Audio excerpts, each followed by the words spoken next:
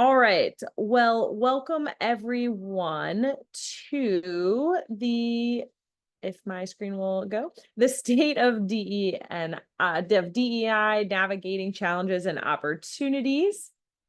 The purpose of today is to dive into Culture Amp's recent 2024 Workplace Culture Report, exploring how reduced DEI investment affects employee engagement and overall organizational success.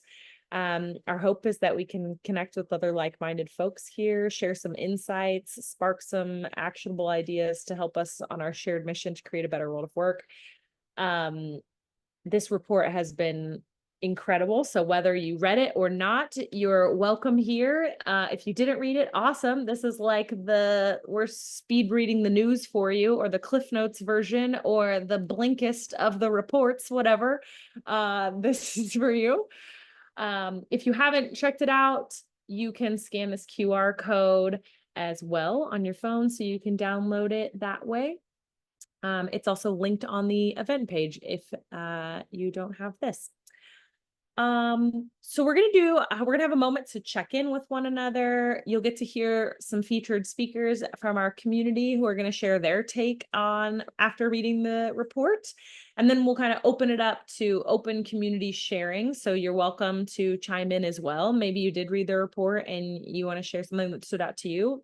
Totally want to give you the space to do that. Want to hear from you. And then we'll have a moment to have a conversation around appreciation. How can we take action from here? And then closing announcements and get out of here. It'll be a pretty rapid fire hour, but I'm really excited about it. So if we haven't met, my name's Jessie Jacob. I am one of our senior community managers here at Culture Amp, alongside, if you came from our People Geek Slack community, Demario Bell. So both of us are shepherding the Culture First community. I like to joke that Demario's the digital manager and I'm the IRL manager. So if you are part of our global chapters program, that's me. I'm helping take care of all of our 100+ global chapters now at this point. All right. So, and it wouldn't be a Culture First gathering if we didn't have a check-in and some form of connection. So I'd love if you would scan this QR code, or go to slido.com and enter in this code. And the first question for us to check in with one another is just, what's your weather today? What's the internal weather, that is? So, the very classic, like, how's the weather there? But like, what's happening inside? How's your personal weather? And again, this is a tool called Slido. It is anonymous, so when you do share, others will not be able to know. But let's just see where the weather is in the room these days. Warm, full of smiles. Warm and a little cloudy. Curious, pleasant. Okay, all right, great. Sleepy. I feel that. TGIF. Yeah. We doubled down on warm and a little cloudy. Freezing in Australia. Yeah. Awesome. Settling. I love all the little sun emoji. Awesome. Calm with a slight breeze. Oh, I aspire to be that. Great. Thank you. Also, freezing in New Zealand as well. Thank you all for checking in. This is just a testament to, we cannot always be sunshine and rainbows. So thank you for the folks that were like, I'm sleepy, I'm tired. Is it Friday yet? So I appreciate you showing up and sharing. All right. So our next check-in question, what's been one of your affirmations recently? What's something that kind of part of your inner monologue that you've been repeating to yourself? I've also learned that recently that using the term mantra can be considered cultural appropriation. So I'm trying to be mindful and conscious of having some inclusive language. So what's an affirmation recently that's been motivating you or keeping you going or whatnot? Just keep going. Yeah. just keep swimming, the Dory of it all. You've got this. Oh, that's a powerful one. Go gentle on myself. Have fun and breathe. How hard can it be? That's awesome. I'm good enough. I'm more than I realize. Ooh, these are amazing. Only way through it is through it. It's a powerful one. Progress over perfection. I feel that. Mine is it's 80% of the way, press and then ship it. Just like, cool. It's not always going to be perfect. We'll just press publish, keep it moving. The view is better from the high road. Ooh. These two shall pass. Why not me? Take up space. Kamala for prez. Amazing. Someone pulled a prank on me. They called and they're like, "Did you hear who Kamala's VP is?" And then she said, "It's Taylor Swift." And for a second, I actually believed it for like, I was like, "Is gullible written on the ceiling too?" Because I believed that. I love it. These are powerful. Chocolate will get me through the afternoon. These are also hilarious. All right, the third check-in question. What's just one word you'd use to describe the DEI landscape at the moment?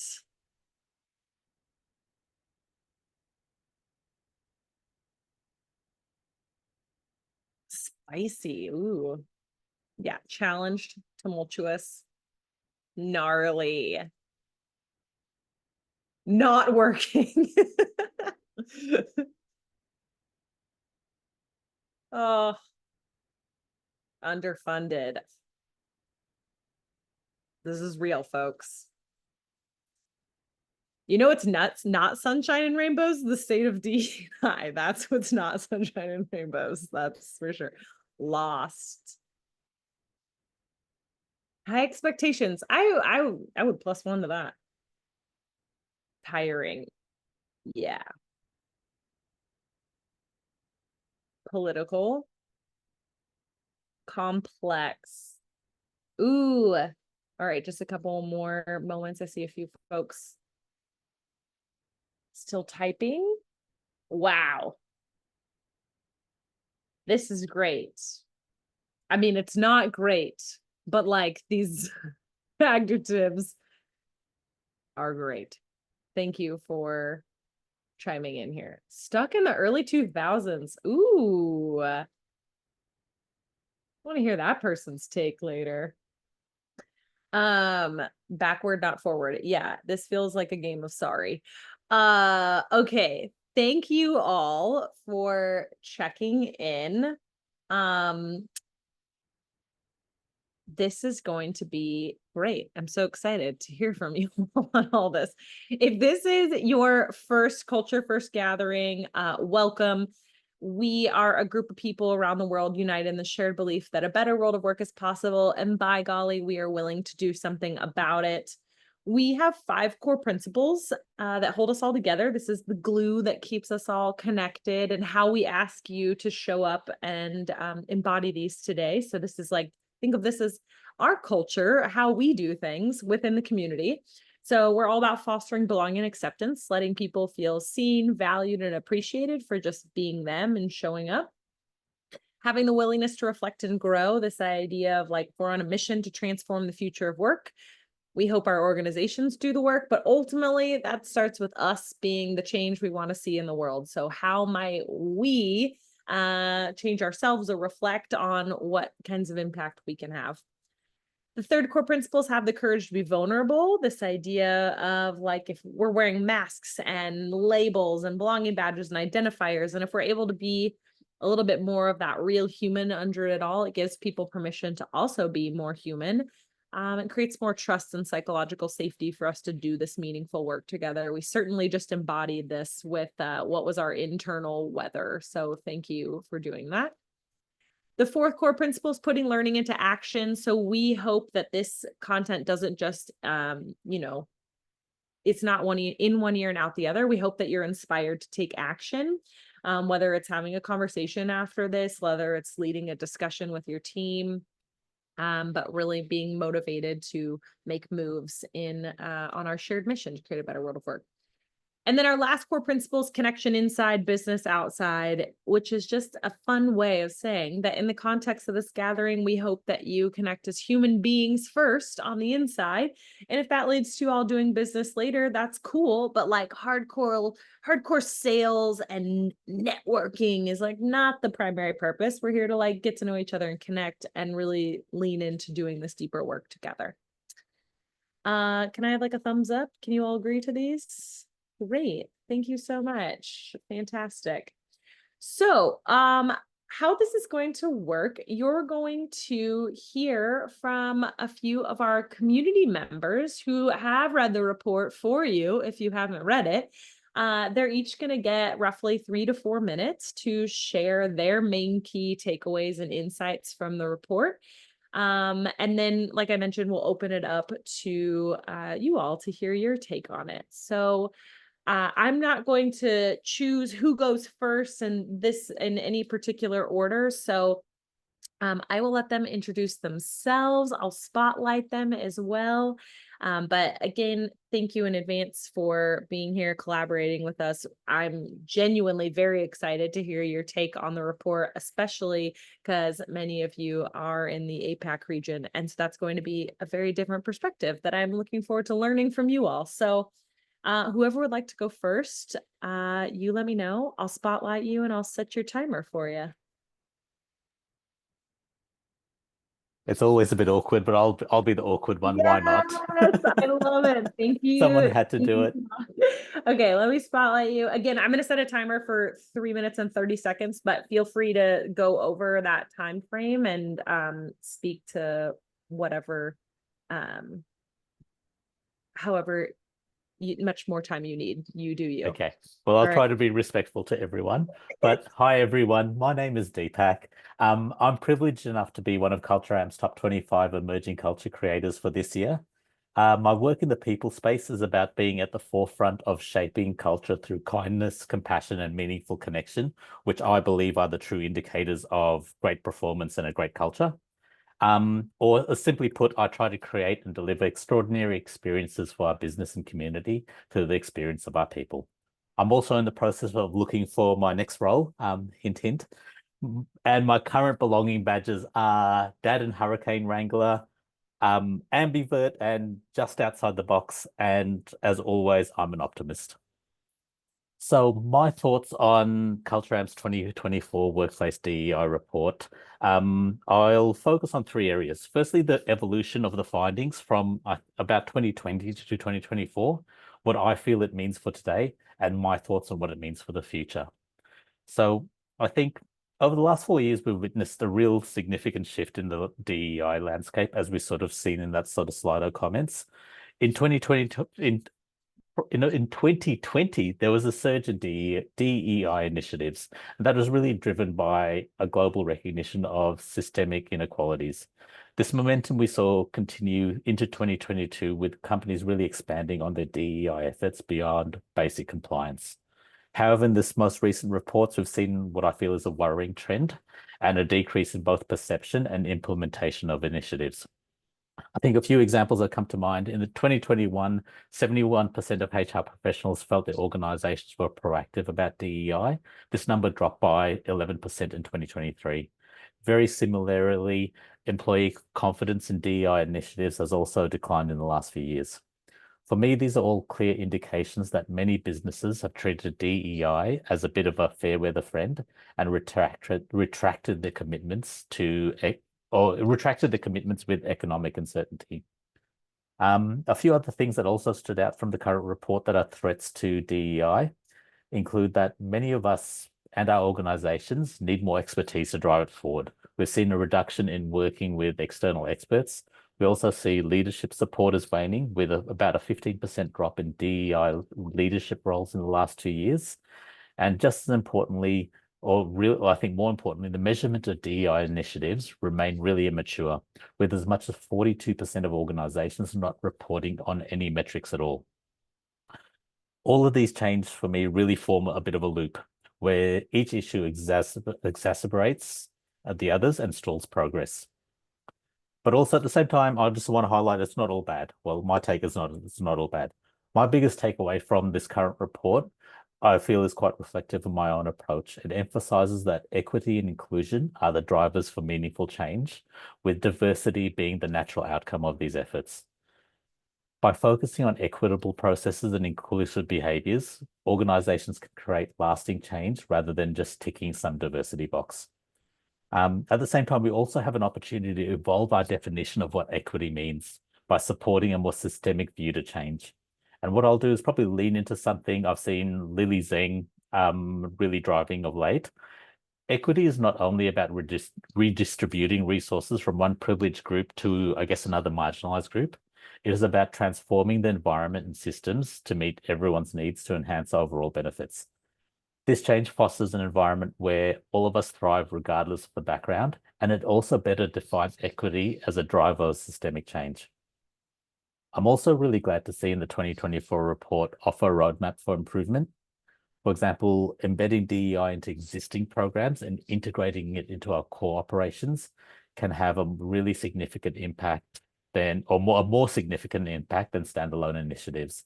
So the best example that came to mind from the report is transparent processes for career advancement really promote equity, but also enhance employee perception of diversity. And perception is often reality, so let's remember that. Then I know I'm getting short on time, but this brings me on to my take on if I look beyond 2024 and beyond, and keeping the lens of APAC and Australia at the forefront. For me, we must prioritize equity and inclusion and ensure these principles are woven into the fabric of our organizational practices. By doing so, we create an environment where diversity really flourishes as an outcome of our efforts. At the same time, we must remain vigilant and proactive. We need to advocate strongly and ensure DEI remains the priority, even in challenging times. By embedding practice and action into our core operations, we can focus on systemic change, and we also create resilient strategies that hopefully withstand political and economic pressures. Just as importantly, for me, it's important that I share not just what organizations can do, but what we can do. Each of us at an individual level has a really important play to make in this. It's about how we interact with others, how we make decisions, and how we challenge the status quo. We should be actively supporting others and supporting change. We must also be willing to educate and challenge ourselves about biases and inclusive practices, and be willing to evolve our definitions of what DEI means. Yes, these may seem small, but small and consistent actions meaningfully contribute to a culture of equity and inclusion. So really quickly to sum it up, the culmination of these 3 DEI reports from 2020 to 2024 has shown us that meaningful work requires sustained commitment, expertise, and a focus on systemic change. But I also really want us to shift our focus from just diversity. For me, it's just the outcome, and really focus on equity and inclusion. These are our actions and processes that create a better world of work, and also a better world where everyone can thrive. And that's my take. So thank you. Yes. Can we come off mute or give Deepak a little bit love? Woo, woo, woo. Right. Thanks, everyone. Thank you so much. So good. I have loads of notes already, but yes, dropping DEI leadership roles. There's a lack in employee confidence has declined. This is just wonderful. Thank you so much. I really loved your take, Deepak. I'm like, all right. Who would like to go next? Shireen. All right. Let me get you. All right. Go on. Hi, everyone. Yeah, I can go next. I think, Deepak, you've set the scene perfectly for us all. So I'll take the opportunity to jump in next. Huge thanks to Jessie for bringing this together. And it's such a privilege to be able to share alongside some wonderful speakers today. So hi, everyone. My name's Shireen, and I'm one of the chapter leads in Perth, Australia. So I've been leading DEI initiatives across a number of different sectors for the past 10 years. what I'm looking for my next opportunity. And I've definitely seen the ups and downs of the industry. And I think now more than ever, like Deepak pointed out, this is a time to come together, to share learnings and to really support one another. And while these are challenging times, I equally think that there's a lot of positives, particularly in the Australian landscape. I think we're seeing a lot of legislative changes that's helping to really enable DEI work. But one of the biggest opportunities, I think, for practitioners right now is shifting DEI work to be really moving away from just being compliance driven to be truly equity driven work.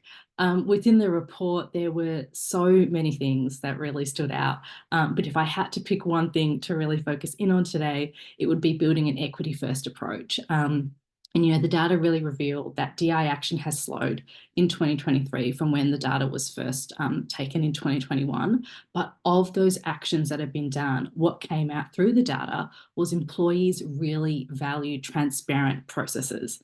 And I think this just highlights the importance of prioritizing work that is focusing on going deeper at a systemic level for long-term change.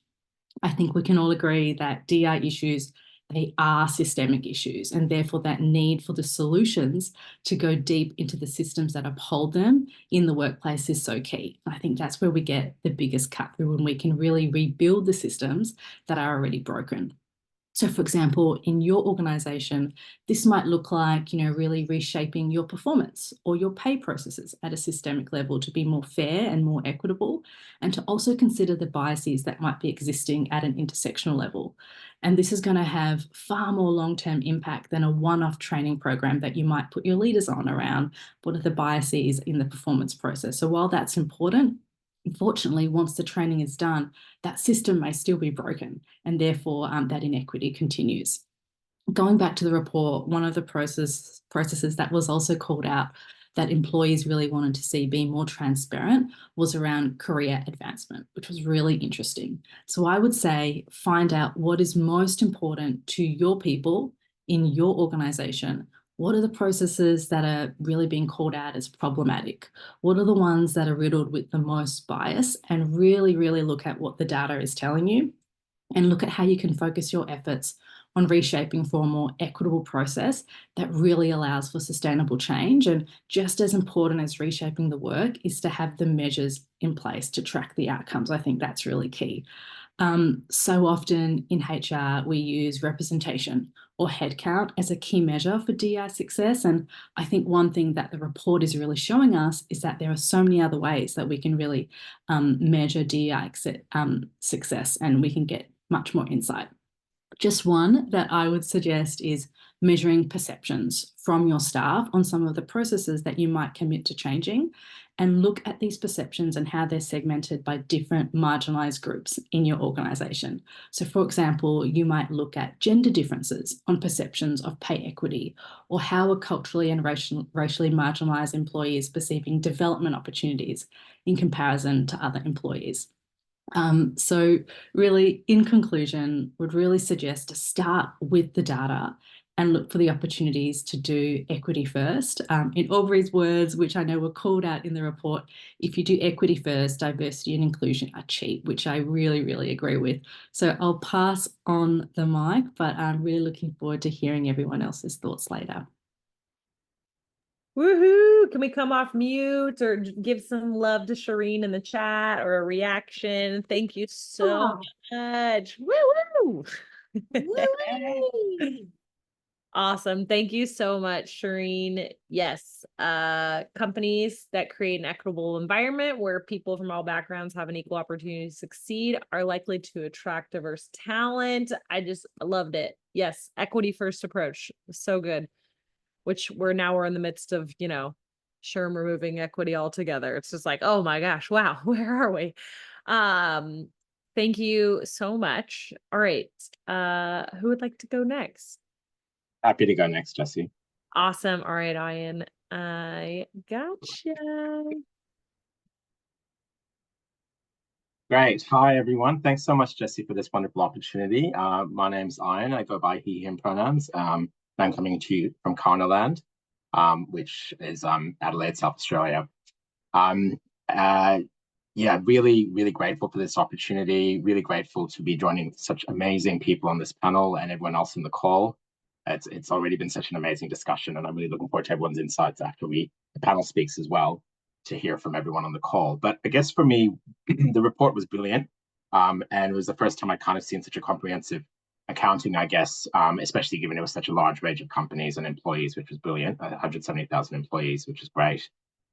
There's a lot of takeaways I got, a lot of really key messages that came out. But one thing that really came out to me, and probably has been something I've been thinking for a long time, and quite a few people on this call know about my passion in this space, is the fact that DEI should never only belong to HR. It should never only belong to people and culture. It should never only belong to, those spaces. It should belong to everyone. It should belong to every leader, every employee, every staff member in an organization. And I guess, look, I won't be able to see everyone's hands, but it'd be interesting to just do a quick exercise to see in this call, for example, how many people actually work in people and culture and HR, and how many do not. Because I think that's one gap we often find, is that everyone thinks that DE only belongs to HR, that HR is responsible. It puts a lot of pressure on HR and people and culture. I fully acknowledge that. But also, I think something I got from the report was obviously something that both Deepak and Sharina pointed out, is the fact that we've noticed a trend going backwards from it being more than compliance, so from 2020 to 2024, to going back just to compliance. And I guess even if you just look at that concept, the concept of compliance and training is actually really, I think a lot of us would acknowledge a lot of our employees just don't respond to a compliance. They think it's a chore. I know in my organization, I work at Monash Uni, we equate a compliance with kind of things you have to do, not anything that makes any sense to your actual job. You have to tick off a box. It takes up your time. It takes up your valuable time doing work or study or things like that. So I think it's great that that's been called out, that we have to go beyond that. But I think we also have to look at better ways of actually making it less about compliance and more about just everyday work, which the report calls out as well. I love the different examples they gave. I think career advancement, as both Shireen and Deepak have pointed out, are incredibly important. Someone's opportunity, and if they're given the potential to succeed, no matter their background or experience or knowledge or whatever, will actually mean they actually can contribute to the company's success and performance. And that actually is what equity is all about. And it's actually about the bottom line then. And I think that's where we have to come to as well. One kind of stat that stuck out to me in the report was the section around, there's a great section around intersectionality and how it compounds the impact on DEI. And one stat, I'll just read it out quickly, was the concept of I'm given equal pay in decision-making in the room. 53% of Black women said they were, 57% of white women, 63% of Black men, and 66% of white men. So it's still pretty low for everyone, but I think that 53% of Black women just speaks really strongly to say almost half of all Black women feel they don't have any say in decision-making in an organization. And that just speaks to the intersectionality. But I think it also, for me, I'll give you an example from Monash, which is probably more around the student experience as well. But a senior academic I know who's a leader actually said that for our open day, he was speaking to a parent and his daughter who was thinking about coming there, and the parent and their people of color said to the daughter, you should come here because look, someone like you is someone like him who's a person of color, who's a leader in the organization. So you can actually be a leader here as well. So just that seeing yourself in leadership positions, being given a say in decision-making is so powerful and actually giving opportunity to everyone. And an example of how it works is I went to a great talk facilitated by Winita Bonney, who some of you might know. And she spoke about how at Deliveroo, they did a program where they reserved one spot for women of color at each meeting with voting rights at senior meetings. And as a result, after 12 months, 70% of those women had been promoted. And this was due to their increased visibility as decision makers, as well as likely somewhat a level of leadership capacity development. So I know I've got a bit over time, so apologies. I really wanted to hear from everyone else on the panel and everyone else in the room, but I just wanted to go back to my first point, is that it should never be only about people and culture. It should never be only about HR. It's about all of us. I'm not in people and culture. I manage a research institute. That's my primary role. But I know with the passion that I've got, I've managed to actually make my voice heard. And I'm the chair of the Anti-Racism Project Group at Monash University now.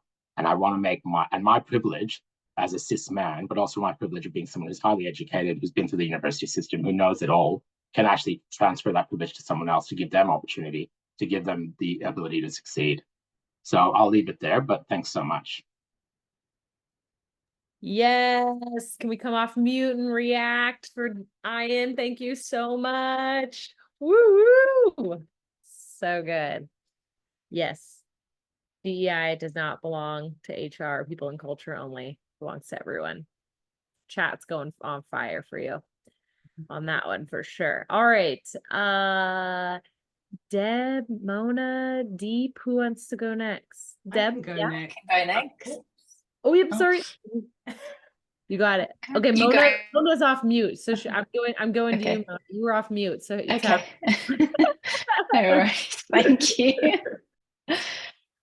Thank you everyone for the insights so far. I'm Mona, based in the Gold Coast in Australia on the land of the Yugambeh people. So I'm also not in DEI. Sometimes I'm based in the HR and culture teams, and sometimes I'm not. My focus is on change management and building change capability in organizations. And so I guess my focus is on sustainable positive change, but it could be across a variety of projects. It could be I've partnered with DEI practitioners on things like culture change and inclusion in an organization and making it sustainable. And so creating new mindsets and ways of working does involve several of the items that Culture Amp has shared in your global report, which is really, I really enjoyed looking through it. There was 4 key insights that I took from it. And I've got the APAC lens and the change management lens. So that's the lens I'll share with you today.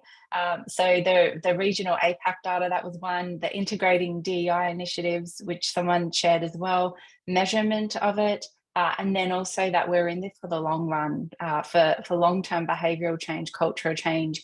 It takes a really long time, I guess, in this situation. But so the first point on the regional APAC data, I thought it was really interesting that we are somewhat less compliance oriented than other regions. And I'd be really curious to hear insights from anyone on why that might be. And also that there were 11 questions where women scored significantly higher than men than in other regions. So I think there was 1 in other regions and 0 in others. So it was interesting to me that women in Australia potentially have better and more equitable experiences than in other countries, and therefore enhanced perceptions of equity. So that's something else that got my curiosity going, and I haven't seen that data. Really happy to have learnt that in this report. The second thing that was noticeable for me was integrating DEI initiatives into other organizational initiatives. And again, this was touched on by the other panel speakers, but working in change, so even like digital transformation that I'm currently working on, uplifting digital literacy, we're looking at how can we involve this in the full range of employee lifecycle activities rather than just having separate activities. So it makes sense, that DEI initiatives would do the same thing, that you tag on to leadership programs, but also decision-making processes. That was, performance, I think, Shireen, you mentioned before, and governance processes. So, with developing change capability, one organization, for one of their committees that made decisions, we just put a few questions around change complexity for them to answer before deciding and approving a particular change, so that they know how complex that change is before wanting to roll it out and the impacts it would have. So something like that created sustainable change. It was much less effort on those decision makers, and it was right at the start where we could really make an influence. Also, I was thinking of habit stacking. So we do that as individuals. So with change, to make it sustainable, I think habit stacking within a team and within an organization. So whether it is adding to a performance conversation, adding one more question to consider, or recruitment conversations, but that habit stacking. And then 2 other things quickly. So the measurement of any change. Any change that I drive, the decision makers always ask me, what are the benefits of this change and have we achieved it?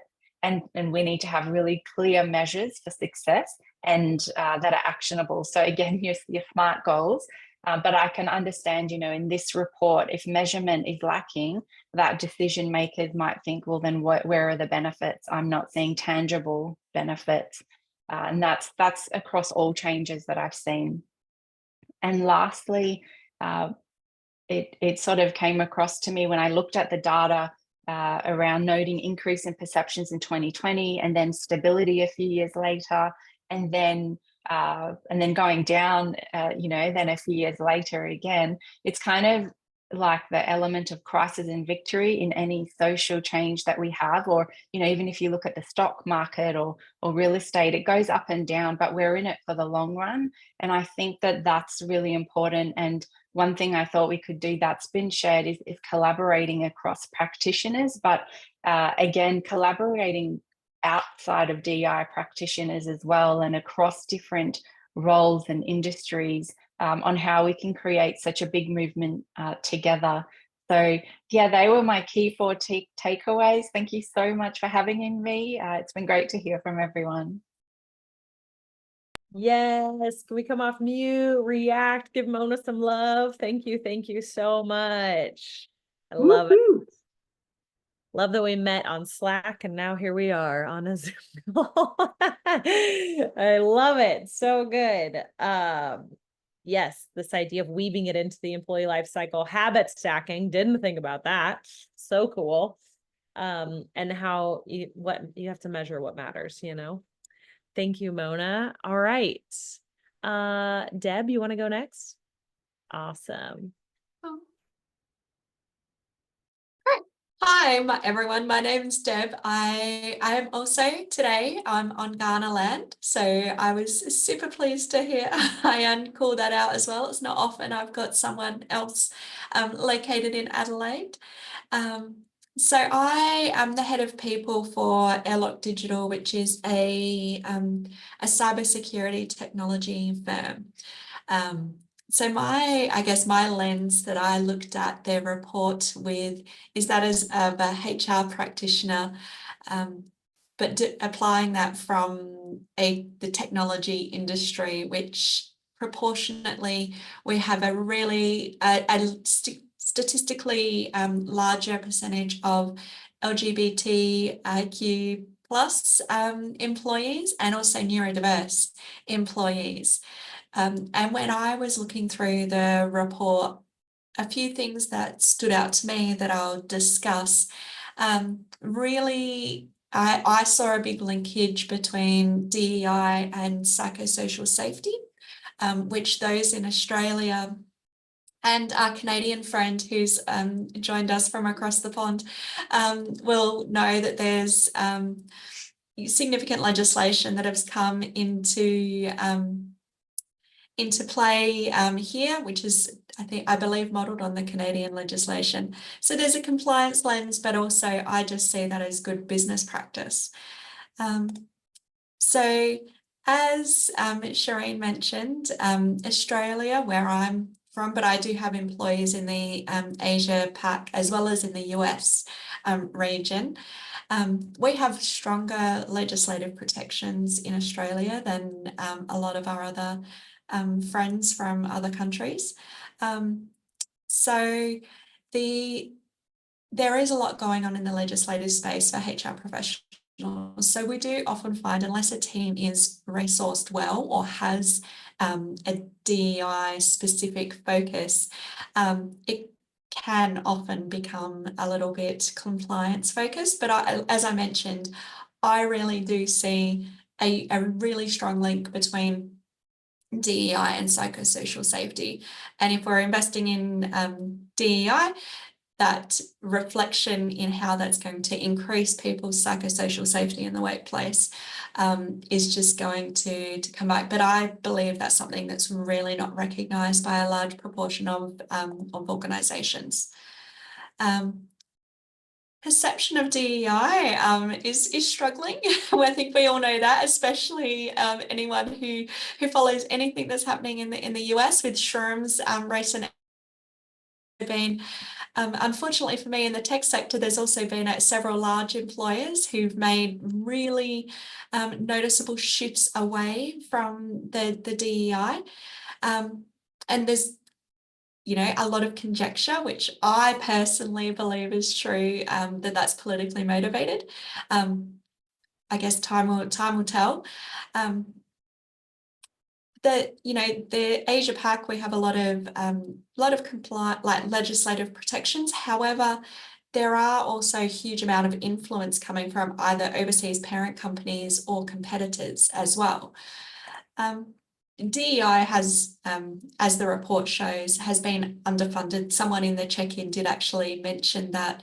And while one thing that stood out to me in the first insight was there was a lot more support, or a lot more, dedicated provisions in organisations about DEI in the original report, the 2021 report, but there's not been a lot of change in that sufficient resources to support the initiatives. That only dropped 1 percentage point. So I think DEI has actually been a bit more troubled for a bit longer than we thought. Ayan also called out one of the sections that I found hugely interesting, which was the intersectionality report as well. I thought that was quite astonishing in its transparency, that highlights, I guess, essentially privilege and the perceptions of how that is in the workplace. And to me, again, applying my HR practitioner lens, having accurate data to be able to assess intersectionality in our own organisations is going to be super beneficial in that.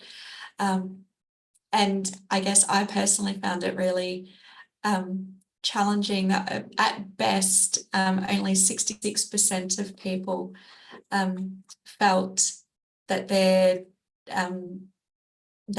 perspective was included in decision making. That is so low. And that's the best response. And at its lowest, it was 50%. So that being disabled women. To me, that indicates that there's the respondent organisations, there's a huge rift in communication, and intersectionality only impacts that huge. So I'm conscious that I'm running over time, but I wanted to say I've really enjoyed listening to the other speakers today. I found that they have had fantastic points of view. So thank you. And anyone else out there who would like to, feel free to connect with me on LinkedIn. I'm always looking to make new connections and network and learn from other people's perspectives. Thank you. Awesome.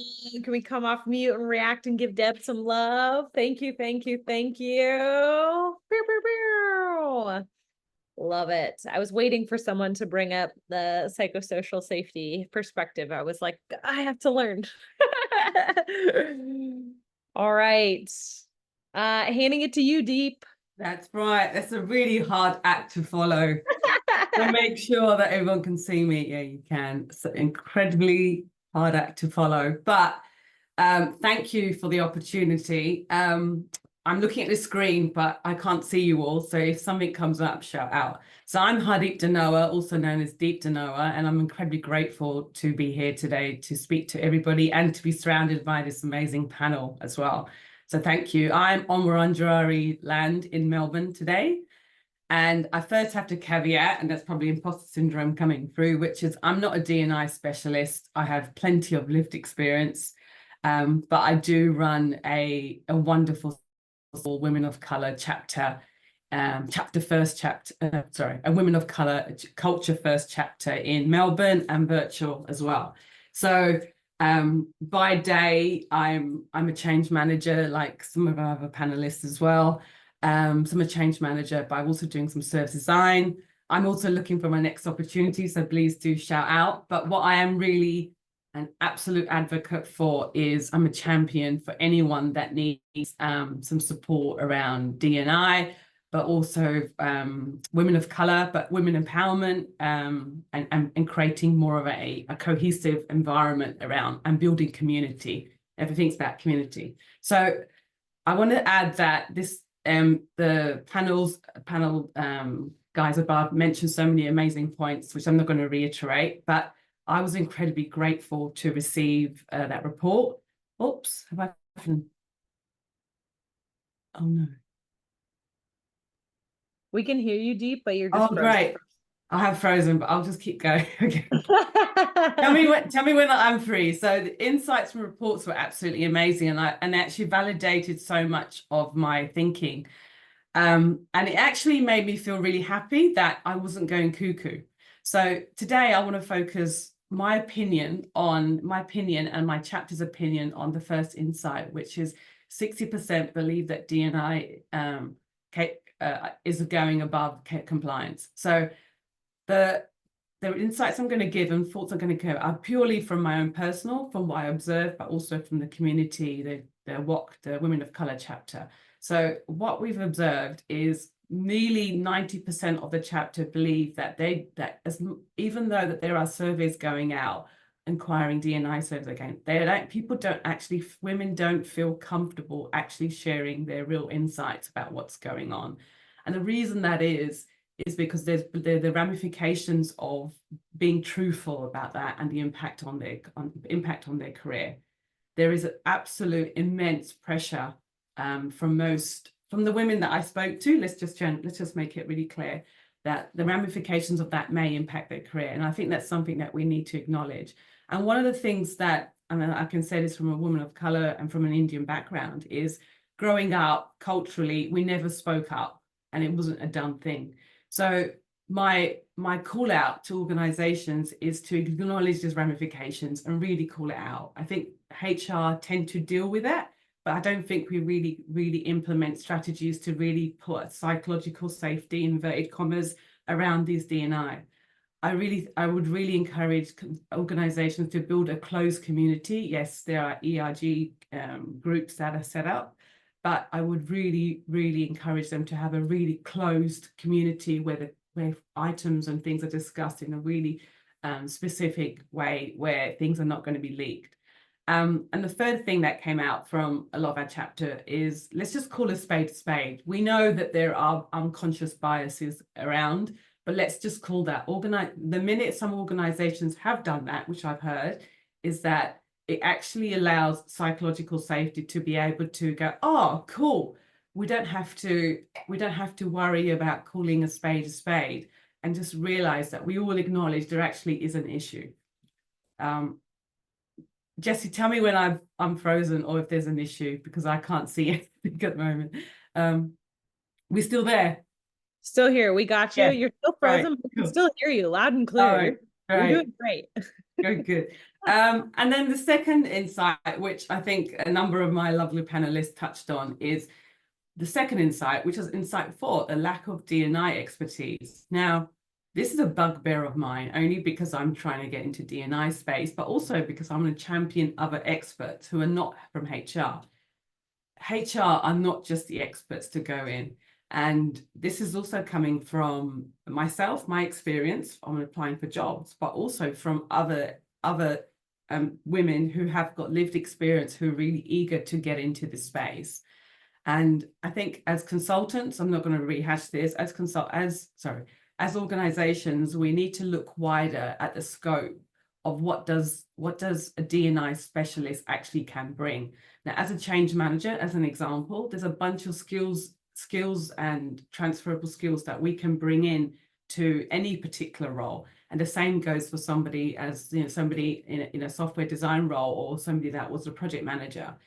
So I think as organizations, my call out is to look wider and look at lived experience, which can be so much more valuable. Saying that, big respect to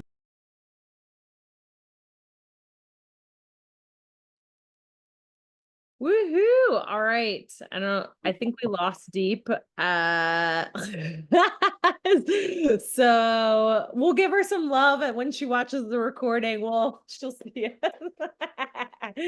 And when she rejoins us, we'll keep giving her love too.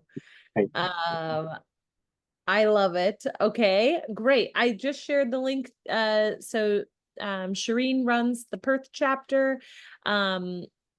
Obviously Hardeep runs the Women of Color APAC chapter.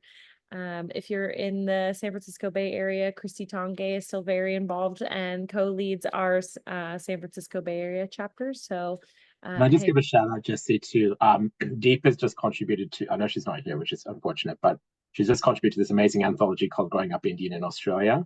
And it's part of a series of anthologies that are out there. There's one called Growing Up Queer in Australia. And so for anyone who wants to get an insight on different backgrounds and experiences, that's an amazing book. I haven't read it yet, but I know it'll be fantastic. So she's written as part of it.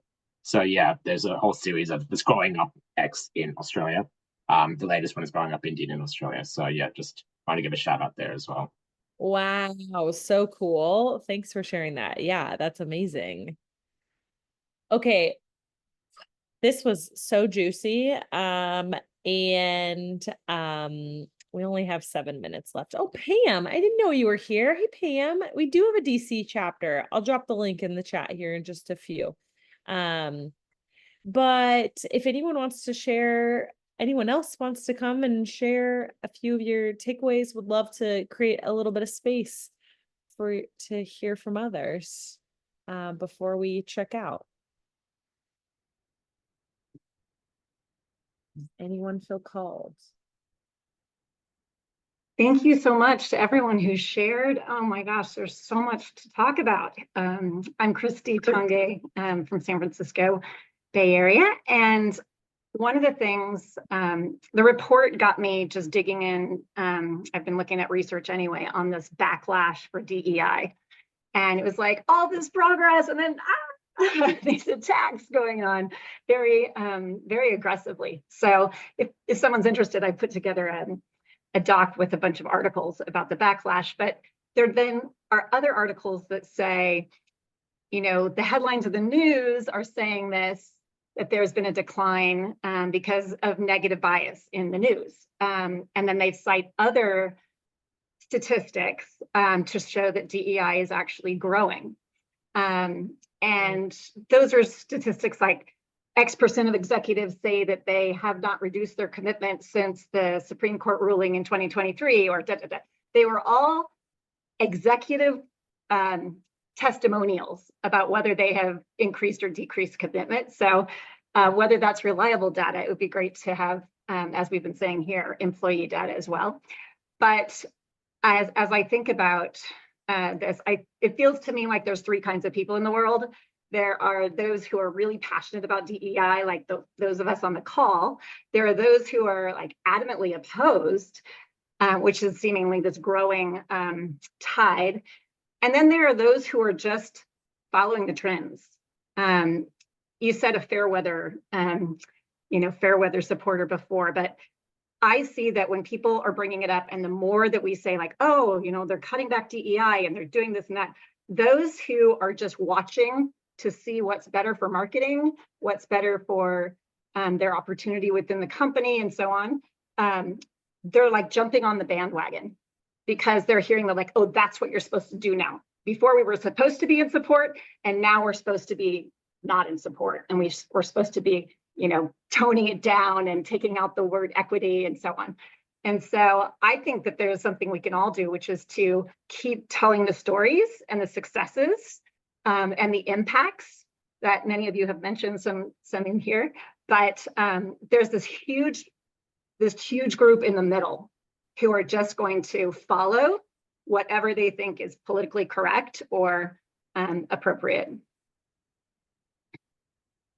Yes, thank you so much, Christy. And you bring up a good point about like the social pressure of all of this. Yeah, it's like, and from an organizational pressure of like, well, what are other tech companies doing? Not just on an individual level, but an organizational level too, of like the virtue signaling involved with all of it. And like, yeah. Yeah, if a notable company comes out to say something, then everybody else will be like, oh, that gives us permission to do it too. Yes. So we should be broadcasting, any instances where there's budget, there's resource, there's progress. Love that. Great point. Also, Deep, welcome back. You weren't here, but we did have a moment of giving you love too. We can do it right now. We can do a quick moment. Can we all give Deep a little bit of love now that she's back? I'm so sorry. I used my work computer thinking that would be more reliable, and obviously not. I don't know where I cut off, but I just wanted, the only thing I wanted to say was if anyone had women of color that were interested in meeting, connecting, reach out to me. I also love to meet people who are of every color, shape, size. Please do connect with me outside on LinkedIn, and I've just put my email address there as well. And I just wanted to say thank you for the opportunity as well. So apologies. No worries. Thanks so much for collaborating with us. I was thinking that you and Mona should connect, of like people and culture folks that do change management stuff. That's where my brain was going. But Ian, yes, over to you, my friend. Yeah, thanks so much.